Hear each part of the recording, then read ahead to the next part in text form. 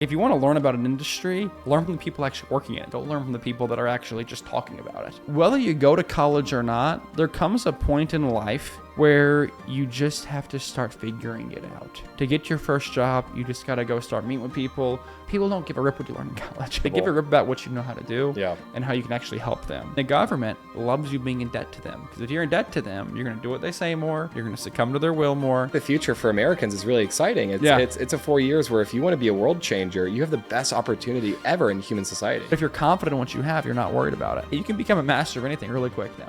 What's weird is they had that a friend of mine's in San Francisco, and he talks about when Xi Jinping from China came there, and just cities how clean they got it going on. It basically shows you Gary that Tan tweet about that. Yeah, it basically shows you that a lot of this like stupidity is kind of intentional. Like they intentionally kind of want their cities bad, just like intentionally people want colleges bad. Yeah, same thing. It's the same thing. People do it. Oh, dude, I was at this event this weekend, and they brought in a professor from one of the top Ivy university, which I'm not going to say the name of, but it's not technically Ivy, but keep going. Oh, right, not technically Ivy, not Ivy. Okay, a top university whose name is 3 letters, and it's Institute of Technology. Anyhow, it may or may not be in the greater Boston. Yeah, it may or may not be in the state of Massachusetts, but this guy started talking about his respective subject in tech. Dude, I could not believe how boring it was. I've been out of the loop of like listening to lectures. It was so pointless. Like if you were to give me literally 3 minutes on ChatGPT, I could learn way more and retain it way higher than listening to this entire guy's lecture. And it made me think that the whole concept of lectures as the primary way for students to learn is a horrible method. Yeah. You don't learn by someone blabbing at you, especially someone who's not done anything in the real world. And it's just, if you want to learn someone, would you rather have some person who's tenured, who's just there to collect a paycheck, and who has no vested interest in your success? They're purely there to clock in and clock out. Would you want them to speak to you, or would you rather go figure it out for yourself and go talk to someone who's actually doing it in the space? That's interesting. It's funny though, like the inputs too, like on lectures, like the human mind has so much, the ability to have so much more inputs than, boring, like, it's like fun with like ChatGPT. It's like, you can just get bullet points. It's like, okay, explain this high level concept to me in bullet points, not a 45-minute lecture where the guy is talking like this and, AI back propagation process. It's like, so boring. Think about it. When's the last time you wanted to learn something? So you said, you know what I'm going to do? I'm going to go sign up for a course on that subject and learn it. Oh, so the last time I did that was 2.5 years ago. It was building a model though, but even then, so it was like relatively it was relatively direct, but no, I don't typically think a lecture is the best place to learn. Yeah. Dude, I want to learn about that. Oh, well, just go YouTube some professor and listen to him talk about it for 4 hours. That's not how you learn it. Wait, people don't do that for fun? That's not how you spend your Saturdays? I love looking at college classrooms where you scroll over and see how many people are playing Clash of Clans during the lecture. Like, lectures are a joke now. Everyone knows you can skip the lecture and be fine. Yeah. But I think the system still expects you go listen to people be lectured. Which is funny. But also, professors, they've got to be some of the people in the world that you should learn from the least. Because think about it. Like this professor was lecturing on AI, whatever. Why would you listen to a professor on AI? One, A, he's not building in the space. B, he doesn't have any big investments in the space. C, he's not starting a company, he's building with it. Or D, he's not really using it himself. He's basically just studying it from another vantage point. Why would you listen to him talk about it? And I would imagine the guy's probably not even super technical either. No, so no. Like, if you want to learn AI right now, go find the brightest 20-year-olds who are building with it and say, you teach me. Yeah. Or go to GitHub repo and just figure out some open source AI project. Or go to the venture capital firms that are actually allocating billions of dollars to it. Like, if you're investing billions of dollars in something, you're going to know it better than someone who's just studying it as a third party. Probably. Unless you're the Saudis. But. Yeah, seriously, unless you're a Saudi.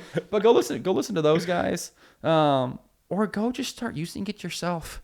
Like, anyhow, just the concept of like letting someone else think for you and then, boil the information and then lecture it to you. And then the concept of them paying them $50,000 a year to do that for you. Yeah. It's just so stupid. It doesn't sound very innovating. It doesn't sound very fun at all. Like why? Yeah, no, I 100% agree. Well, let's dive into kind of like the idea of building a network and building connections. Should I go to college to, kind of get connected to the real world? I think just starting out, like, let's think out loud for a second is, is there any merit to actually going to college to quote unquote build a network? Like you hear a lot of dudes are like, why are you going to college? Well, I'm trying to build a network, dude. I'm trying to get connected. Is that actually merited? I don't really think it is. There was a Michael Rosenfeld studies professor at Stanford. He did a study a few years ago on what percentage of people find their long-term spouse through college. Guess what his number was? I don't know, but I would imagine the girls watching that are in college to find their future husband won't like the answer. Yeah, it was 0.74%. 0.74%. Less than 1% per. So less than 1%. According to Stanford University, less than 1% of people have found their spouse from their college they went to. All right, okay, guys doing Eclipse, listen to me.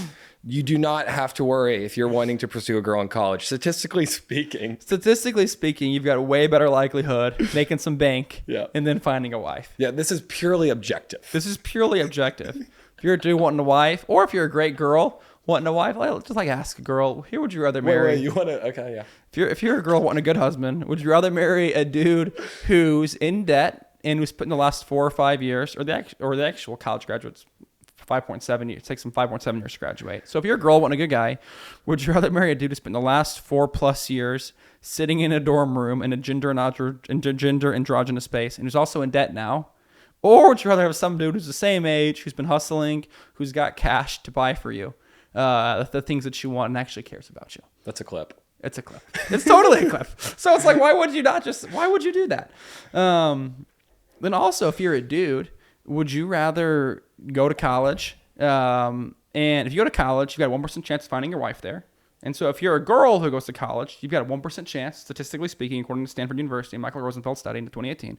Would you rather where you've got a 1% chance of finding a husband, or would you rather go be in the real world where you're free, you can travel, you can actually not go in debt, but you can make money, and you can have way more fun. And at the end of 4 years, you'll have something to show for it. You won't have just debt and bad decisions to show for it. What would you rather do?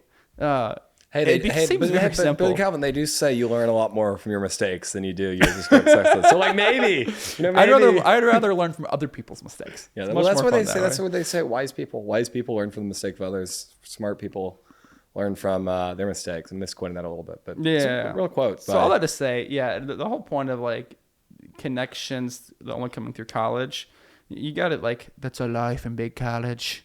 Like college tells you that you're only gonna get connections there, but they're not the connections you want. Yeah. Like think about it. We started Harrison. Like wait. Purple hair professors that are in mountains of debt and probably live with 6 cats are not people that I should be networked with. What they did a study that at Harvard, 97% of Harvard professors identify as liberal.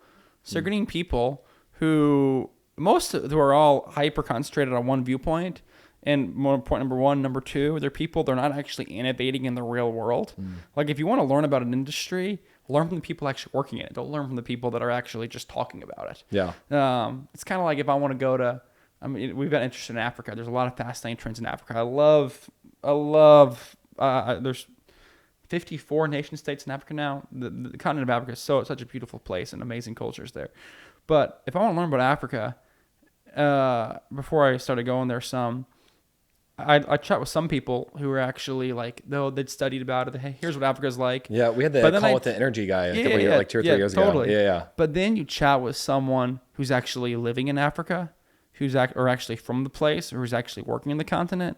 You learn way more from them because it's actually practically applied knowledge. And in college, what you get is around a bunch of people who might have head knowledge of something, but they've got no practical real world experience. Yeah. So it does not give you the community you actually want. And so what is the community that we should have as young people? Like, I personally just want to be surrounded by people doing things. Yeah. I think we kind of like get to this roadblock when we think about it. We're like, dude, like, who should I surround myself with? How do I actually source that? Right. It's like, you've been in the VC space. Is like, what makes a VC company or VC firm successful? It's deal flow, right? Yeah. It's just having the ability to source good deals that will actually generate return. I think about it in the same approach of like finding people to surround yourself. How do you source people?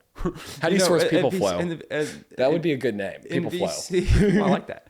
In VC, we'd have college kids reach out. We'd have young people reach out, and some guy would say, "Hey, I'm 20 years old. I'm a student at XYZ University, like everyone else. I want to help your VC firm at scouting things and finding stuff." And when I heard that, I was like, "Whatever." Like, great, you're probably taking one course where they told you to reach out to firms, and it's whatever. You're thinking like everyone else. You're in debt like everyone else. Your parents are paying for it like everyone else. You're kind of boring. But then we'd chat with a few guys where, like, I think it's one founder. He's a 21-year-old kid, and he was building a business in payments. And he had started it. He had gotten some revenue. He had built this kind of novel solution that was solving a real problem. And same age Kai, he reached out, and I wanted to meet with them. And then we kind of had to fight to meet with them because other people wouldn't meet with them also, and it was competitive. And it just made me realize these dudes in college, you don't want to connect with them. No. They're thinking, they're following mass thinking. They're not building or creating. They're just like everyone else. But these young guys that are doing something different, you find them fascinating. So why do you think, wait, you're brave enough to not go to normal college. You're brave enough to try to do something on your own. I want to hang out with you. You're actually going to change something. So why do you think there is that stigma though? Like, I feel like, and in full transparency, I feel like I've fallen into this. Like, it's like, to be fully transparent, it's hard to start something new, right? It's hard to like kind of do something where you don't necessarily have as many relative peers. So that's like kind of hard where it's like, this idea of like sourcing people in your life, as transactional as that may sound, is like, there's actually merit though. It's like, it sometimes can be difficult to find, people that are kind of ascribing to wanting to be successul or wanting to be ambitious. Why do you think so many people are the inverse? Why do you think so many people are like kind of like this seersucker for, just tradition and normality? I think it's really changing.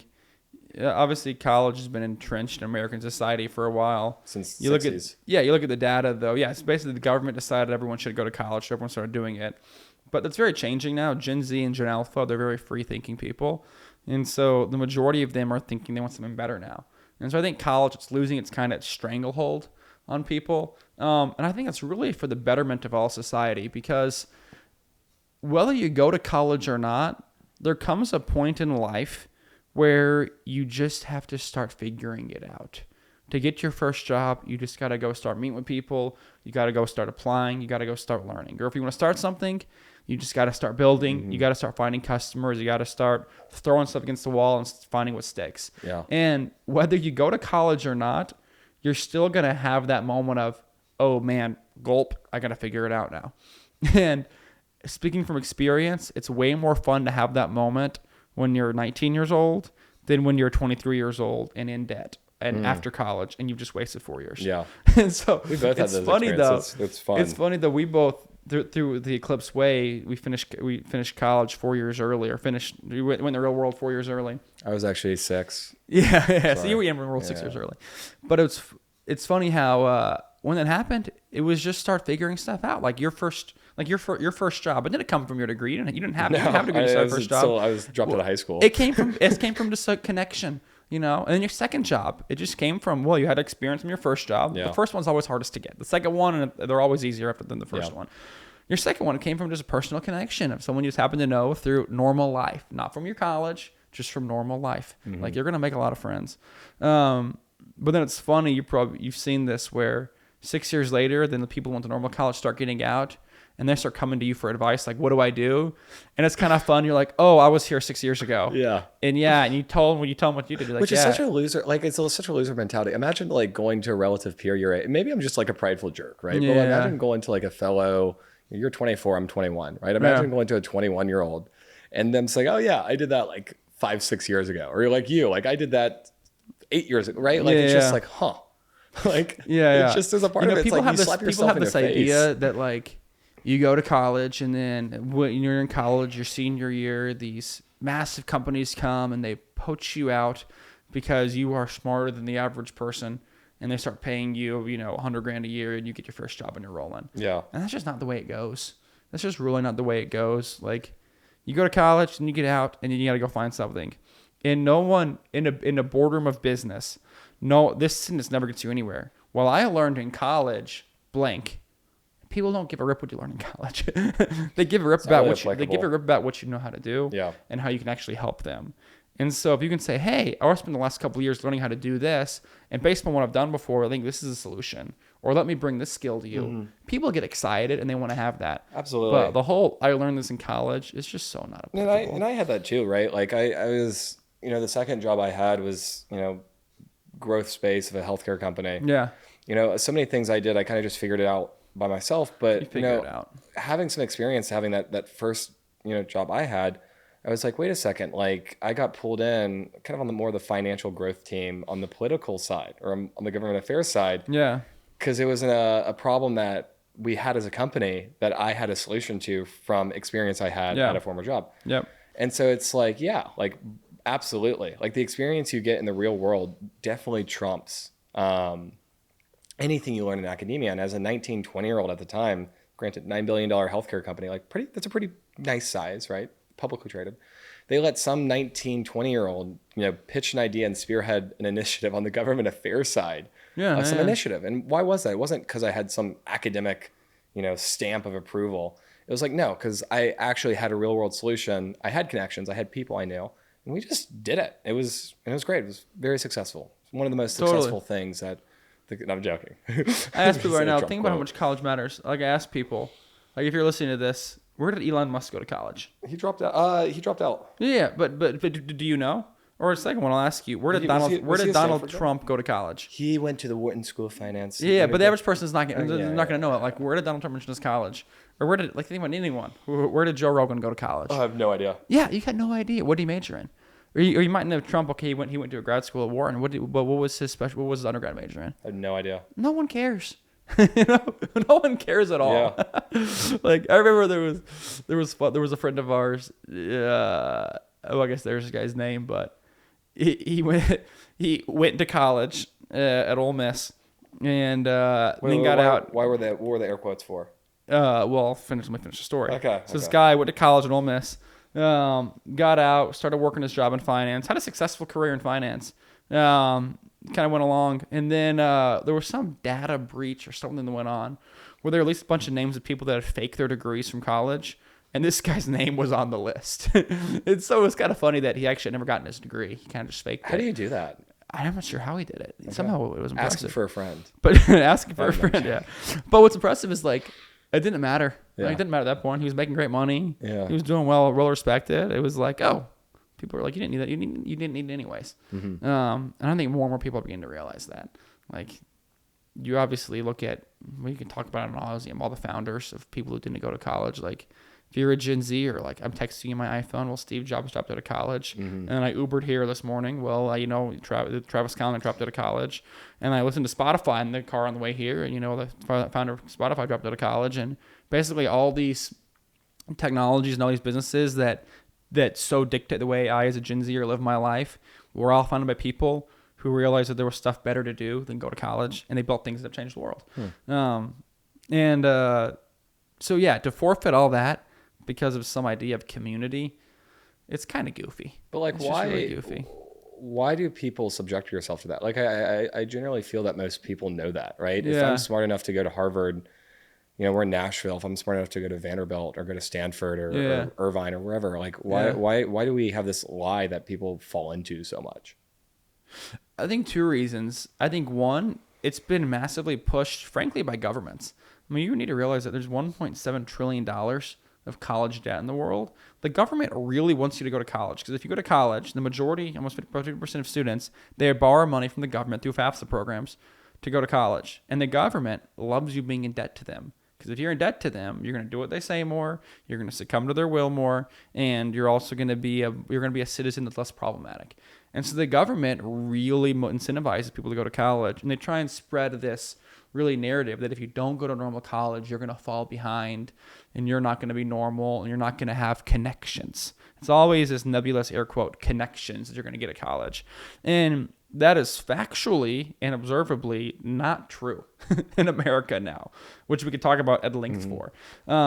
So one, I think it's just a government agenda, and two, there's also just a cultural push. Like legacy media, massive media, like the media's that 2024 election, regardless of your views on it, I think it exposed one thing that the legacy medias don't tell the truth. Yeah. The legacy medias were pushing that one narrative is going to happen, and the exact opposite happened very clearly. So those medias, they want you to go to college also. Because if you go to college, then you're way more likely to believe the media narrative. You're way more likely to believe in big government. Data backs all this up. And so it's really just a government and a media push that's not substantiated by the real world. And I think the average American's waking up to this. Like the average young person waking up to this, and not only are students waking up to this, their parents are waking up to this. Yeah, like Gen Alpha, what is it? It's nice. Yeah, like 70% of them. Yeah, don't 70% of their parents don't want to even send their kids to college. I was hanging out with some 12-year-olds. Those guys, they make fun of college kids. They're like, oh, go to college, go be a wokester. Yeah, skibbity wibbities. Yeah. So people are waking up to it, which is encouraging. Dude, the Rizzlers don't go to college. Yeah, because it's not because education is bad. Like education is a very good thing. Like we started Eclipse because we really believe that education matters. Like you got to get good education, but education has just got to be delivered to you the modern way.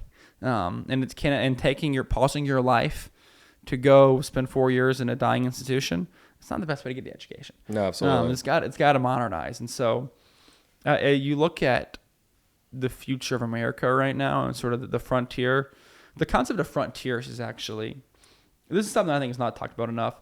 The whole concept of a frontier is really kind of fun. Like you think about like the West, like the American West, the frontier of that. Like it's kind of exciting to you. Or space was the final frontier. Yeah. I think when we were all children, we dreamed about exploring new frontiers, right? Exploring new frontiers, totally. How many times did you kind of wish you were Christopher Columbus growing up of like, finding new territory or being in the Crusades or like being the first guy on the moon. Like that, all that, it sounds just really, really fun. Yeah, the concept of frontiers is thrilling. And I think we're really approaching a new, really exciting frontier here where you've got so much innovation happening and people are beginning to wake up. They're beginning to spread ideas, more beginning to build some fascinating things right now. If you want to participate in the modern frontier here in America, college is the place where you are kept from doing that. Absolutely. Speaking of frontiers and financially, it's like Bitcoin, right? Like it's like we could make the joke about Bitcoin. I'm not going to I'm not going to go give you a Bitcoin ramble, but it is at its all-time high. So just preface that. But like how well connected are you and I in the space and Bitcoin? Weirdly so, right? I feel like we could probably go talk to any big builder in the Bitcoin space with a couple phone calls. But it wasn't because of academia. Like that is the most, like out of almost every industry right now, I feel like that's the most decoupled from traditional education and traditional college system, the traditional college system. Like those guys don't care, right? Why? Because it's a generative six. Then you go into tech, right? You have the Peter Thiels of the world. You have like the Elon Musk or whoever it may be. They don't care. So it's like it's so funny. I was watching MS. I like to call it MSDNC. I don't mean to be political. I just think they're extremely liberal. But it was right after the election. I just wanted to kind of see some liberal ladies cry. All jokes aside, but I saw this woman speaking and she said, "Oh, great. America is about to be ran by a bunch of people who didn't go to college and have 4-year degrees." That's quite literally quote by quote what she said. She said, and I'll say this again, quote, "America is about to be run by people that don't have 4-year degrees." And I was scratching my head, and obviously I think she was referring to Elon Musk when she said that. It was like, great. Like, that guy like single-handedly has, given more, has advanced the ball in human innovation. I would say maybe 1,000,000x what you have ever done in your life. And, he never went to college. And so absolutely, like he's running some of the most successful companies. He just, bought Twitter, which, like you said, the disruption of legacy media earlier, I think that he's single-handedly doing that himself. Absolutely would I want this country to be ran by people that contribute to innovation. And I don't care where the background. It's like, and I think to this extent, like I'll kind of preface it how you said it, America is becoming a meritocracy. It's not coming, America's society isn't going to where you have been, right? We don't simply care about that. It's what you can do. And what is your contribution level to actually, flourishing society? And that's kind of where I think the pendulum is going to swing. And I think over the next 4 years, I think it is a fantastic opportunity, political views aside, to really contribute to, I think, the beginning of a new level of meritocracy here in the West, which is really, really exciting. If you're someone that likes to not only work your tail off, but you actually have confidence in yourself to actually go and change the world. Yep. So it's like, I think the future for Americans is really exciting. It's a 4 years where if you want to be a world changer, you have the best opportunity ever in human society. Totally. It really is thrilling that the world is moving towards a more meritocratic society, which is where you're judged on basically your merit, what you can do, rather than what people think about you, rather than what you look like or what you have. That's a great time to be alive. Like, yeah, I totally agree with you. No, but I think too, like we said this earlier, is like, I think it's more of a preference on individualism. I think I think like you said earlier with that the VC example or the intern example or the scout or whatever he was trying to do is how important it is to separate yourself from the rest of society, right? Yeah. How much more it is to differentiate yourself from your relative peers. Yeah. And if you can do that successfully, like the world is at your fingertips. Like you can quite literally do anything. Mm-hmm. Because you get a head start. And, as we like to say here is like head starts just compound on themselves. It's like completely. I think it was like somebody said, it was maybe Dave Ramsey said this. He said the strongest force in the world is compound interest. And it was just just talking about investing. Mm-hmm. But I think potential as well as success compounds on itself. If you can get an early win, not only does it, hugely enhance your network and you have a huge network effect at your fingertips, but you've already done it before. And there's no really anxiety as a first time mover, right? Or as a first time doer of whatever it may be. Yeah. And that's what we're, excited as a company. We enable kids to do is get ahead, get their first couple wins. Yeah. And, it's really exciting too, where it's like, how much, and I think this is hopefully I know this statistically speaking, how much even in corporate America do you have kind of the shift away from MBAs, right? I've had some very, very interesting people within, big corporations say, don't go get your MBA. It's a waste of time. Oh, yeah. And now how much, corporations are even stepping back on even the financial incentives of getting a higher income based on your master's degree status, which is just like, okay, absolutely. Like, and it makes sense. Efficiencies work best in meritocracies. Yeah. And that's, I think, what we're seeing right now in society. Yeah, I think you're totally right. You're totally right about that. What I don't understand is having the argument for why society should not be a meritocracy, where there's a lot of people control. It's control. It comes down to control. Yeah, like these people just want to control you, right? Yeah. It's like, and here's the thing, right? Like, who are the most incapable, insecure people in the world is politicians, especially career politicians. Like, they just don't really contribute anything and they want to dictate. That's what it is. And it's come on, that's what it is. We want control and we want all these systems in place because it's a power game. And that's exactly what it's a power game. People, they realize that what they're offering doesn't actually help people. And so they're trying to do whatever they can. They control the narrative. They control the messaging. That what they have still has value.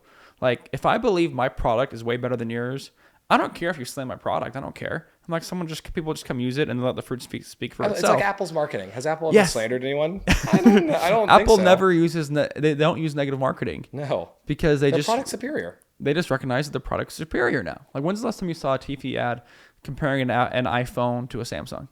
Like, by Apple. They don't do that. How many has Google Pixel done comparing it to an iPhone? I think all their ads. Oh, yeah. Every Android is smashing the iPhone, but it's because they're inferior. But if you're confident in what you have, you're not worried about it. But colleges today, I think it's the same thing. If they're smart, they're realizing what they're selling isn't actually helping people. And so they've now got to realize what can they do to actually protect. And there are some smart universities. And I think it goes back to tenure professors not really having objectively, I think it comes down to a lot of tenure professors don't necessarily realize real market demands. And you can bring in outside consulting firms and all this to help if you're a university. But you are seeing some of the smart universities kind of pivot and try to say, okay, let's rethink. Admissions are going down. We're not getting quality students. Yep. There's so much preface on degrees. Now the Department of Education is going away. What does that look like for higher ed? I don't know. I'm excited by it. Yeah. So I think there is this rude awakening for a lot of universities. I think there are smart ones out there trying to say, okay, how do we prep students? Because they have, I think, a good heart posture. Absolutely. Yeah, and that's really the reason for Eclipse is there's a lot of smart people out there who are qualified to create content to help teach this generation. how does that content get in front of the smart people? And how does that get in front of them quicker than the time-wasting content gets in front of them? And that's really kind of why we're trying to hustle right now, because the smart content's got to get in front of them. And we're in a frontier stage in the world right now. There's a lot of fun frontiers in so many different industries. So smart content should get in front of smart people. I like that. We should not boring content in archaic ways in front of people. Max is over there. Hey, Max, can we do a short form of like a short high production video of exploring the new frontier? That'd be a dope little documentary. We can.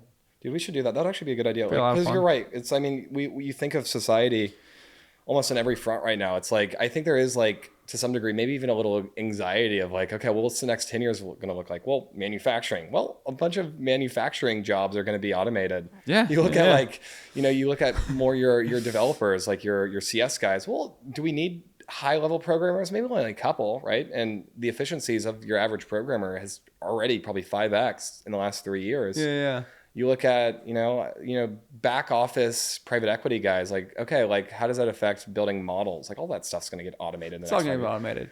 You know what's funny too is with the rate of acceleration we are on right now, the world is changing so quick. There's really not time for curriculum to be built to actually help the modern world. Well, it's like and what I mean by that is this. Think about just AI. It's talked about a lot right now. Think about what ChatGPT looked like 2 years ago. It wasn't even around when did it get into this? Wasn't it November of 22? Yeah, 22. Yeah, so it's barely been around 2 years ago. So it takes the average college content a few years to go from you study it and then you create and then you learn it and you build content and then you get that content approved by your accreditation, your college, and then that content hits the classrooms. There's several years from when content comes out, and not just comes out, before when it's actually in the classroom. And so because of that, you can't have actual classes about GPT that were started being made years ago because it didn't exist a few years ago.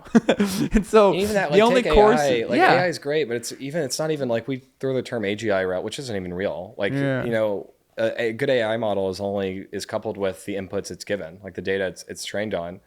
Like Claude just released this really cool model where it'll actually take control of your computer. Like you can enable it. But the problem with it is like you have a thing called a token, which a token is basically an input. Yeah. And so how the model is trained is it goes from one input and then the input of that feeds the other input that input feeds the other input until it gets to the desired outcome. Yeah. You think about just the efficiencies. Okay, one token here, one token there, one token there. So it like burns through these tokens, which think of it as a coin, like going to a vending machine. Like just like think of a token quite literally as a token. It isn't very efficient. So like even with some of this AI technology needs a lot of efficiencies. Once it gets to that point, which is it's like, okay, great. Now, like 2 years out from now, but if you're going to go to college and teach a class on AI, it's going to be a class that they invented like last week. Because it can't be something they studied for years because GPT didn't exist 2 years ago. Well, it did, but it just wasn't that good. They're just going to mean that they Googled it a few weeks before they threw in a class, and that's what we're going to teach you now. Yeah. Like things are evolving so quickly. Like professors and 6 months from now that class will be outdated anyways. Yeah, totally. Professors don't have the time to go learn a subject and then master it and then teach it to you, because by the time they learn to master it, the world's evolved. What they learn is totally archaic. And are you telling me that a person who has their master's degree in AI is not really a master in AI? I totally agree with that. Yeah, they are not the masters in AI. But it used to be you had to go to college like way back where if you wanted to learn Latin. Well, this man had applied himself for years and years mastering Latin, and he could actually read books, and you were to report out books in your house. So he was actually going to teach you his mastery. No. That's totally gone away now. Yeah, books are only for the aesthetic. Yeah, you can become a master of anything really quick now. So yeah, you don't need to learn stuff that way. It's kind of funny. Yeah. Well, this is great. I think this has been a great episode of just navigating the world. And yeah, we're really excited for the next one. Come on. Boom, boom. Break free. Join Eclipse. Life's a lot of fun right now. Yeah. Max, we also need an outro song. Boop, chicka boop, chicka boom, boom, boom, boom, boom, boom. All right. I think that was good. We really didn't hit the topic. There was more conversation. Yeah, well, I can